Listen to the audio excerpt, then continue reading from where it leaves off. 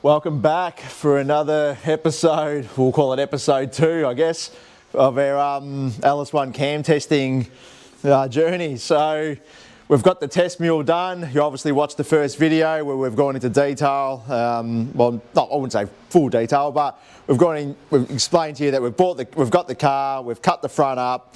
As you can see, we've pretty much laid the radiator over. We've modified the front housing. You can't really see it, but I'll put a photo in here. We've actually we've cut the timing cover in half and yeah, made up a rubber seal so we can just literally pull the top of the timing cover off and, you know, swap a cam out.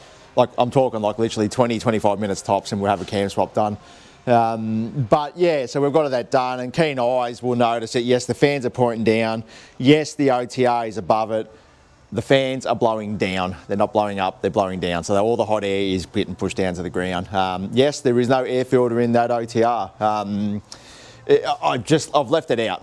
I'm trying to keep this car as consistent as we can, so all the tests we do are consistent and relevant to this particular vehicle. So yes, there will be variations from car to car, but as long as you see the differences from our baseline to where we are, then everything just makes sense. So you see a true representation of the gains of what we do. So, now, what have we done this time? We thought, you know what, let's try out some of the Crow cams. Let's do a few back-to-backs, test them out and see what they do.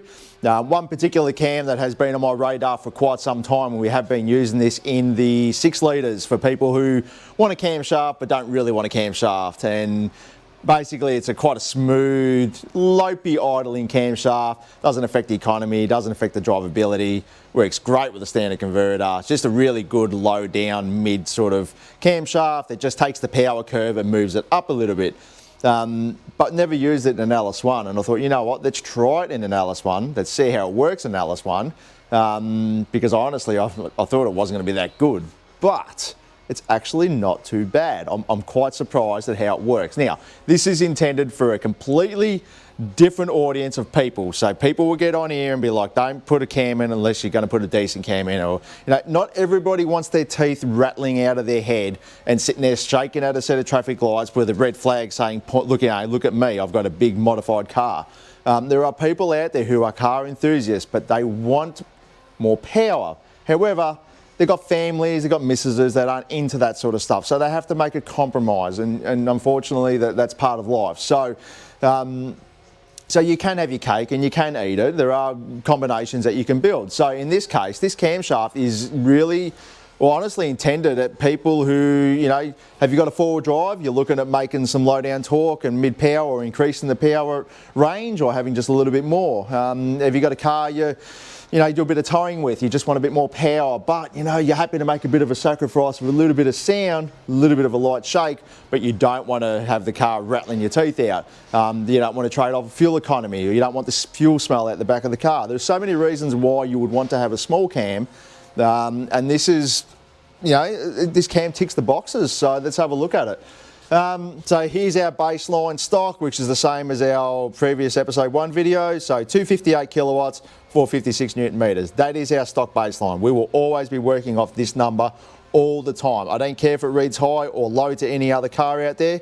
That is the baseline. That is the comparison from these two.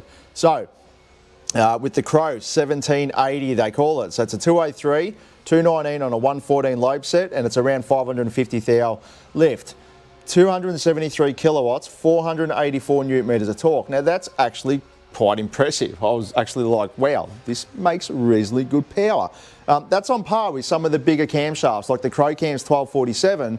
You know, that makes around that sort of 275, 280 kilowatts. So this packs a punch of a slightly bigger camshaft, but it doesn't trade off anything in the bottom. So as you can see here, from 2200 revs where we start off, and this is a standard converter car, you can see pretty much from 24, it's the same as your stock cam, to about 2500 revs, and then from there, progressively, it becomes a 15 kilowatt increase in power over the whole RPM range. So if you were to bring it back to an average, I'd say it's going to be like 10 to 12 kilowatts over the whole RPM range, all the way to peak power of say 58, 5900 revs, which is here, and then it will, you know, tap the rev limiter at around sort of 6250. But more impressively, looking at the torque curve, as you can see here, same thing again, no trade-off in torque, and then we've got about a 30 Newton metre increase in torque through the mid-range, so from around 2,700 revs to say 4,000 revs, you've got a 30 Newton metre increase in torque, and then it progressively drops off with RPM, which you would expect, to about 28, 27 Newton metres, you know, by the end. So you can see this is a really good cam that I'd like to say is no trade-off. There is absolutely no repercussions of going to this camshaft other than you've got a little bit of a lope out the exhaust. You can tell it's got a bit of a camshaft in it, but you'd have to think about it. You know, you can certainly hear it rumbling in the exhaust and has a bit of a shake.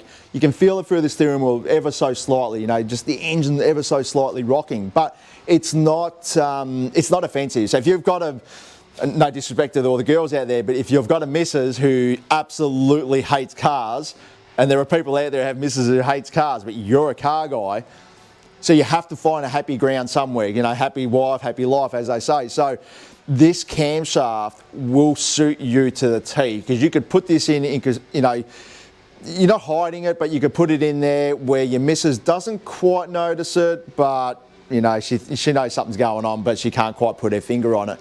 Or you're just that person who wants that extra bit of torque, that extra 30 Newton metres of torque, but you don't want all the issues of the camshaft and the smell and the shaking around. Or even better, you've already got a high-powered car, but you just don't want to drive a stocky and you want something a bit more power, then yes, this cam works. Or if you've got a four-wheel drive, you know, winch truck, competition truck, anything torque-based or towing, or, you know, a truck for that matter, this cam would be absolutely perfectly suited. So, you know, if you're in the market for a camshaft, but you just don't quite want a camshaft, then I guess this is the cam for you. Like, it is a good cam, yeah, you can't knock it.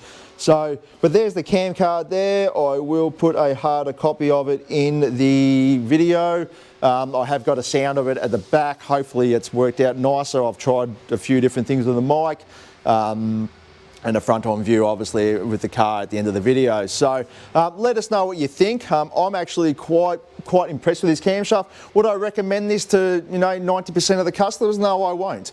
But it's only because most of my customers, they want to know they've got a camshaft in the car. They want the red flag on their roof. They want everybody looking at them. You know, they want to be driving down the street and everyone's going, wow, you know, what's that? But there are people out there who don't want that, and this camshaft is absolutely a 10 out of 10 if that's what you're looking for. You know, good low down torquey cam. I wouldn't say, well, sorry, I'm going to rephrase that. It's not a low down torquey cam. It's a whole range torquey cam, a whole range power. It increases power and torque, linear the whole way over the rev range from start to finish with zero trade-off. So this is an absolute winner. It's almost like you've taken your 5.7 litre and you've made it a 6.3 litre. That's essentially the feeling you're going to, the sensation or drive feel that you're going to get, that you have put a bigger engine in the car without putting a bigger engine in the car. So, but anyway, guys, I hope you liked that review on the Crocams 1780. There are lots more coming. This whole episode is going to be completely targeted at testing camshafts out. You tell us what cams you want us to test. We're going to go and buy those cams from the manufacturer, and we're going to test those cams individually. And maybe we'll do a couple of videos here and there where we do comparisons on camshafts against each other and so on.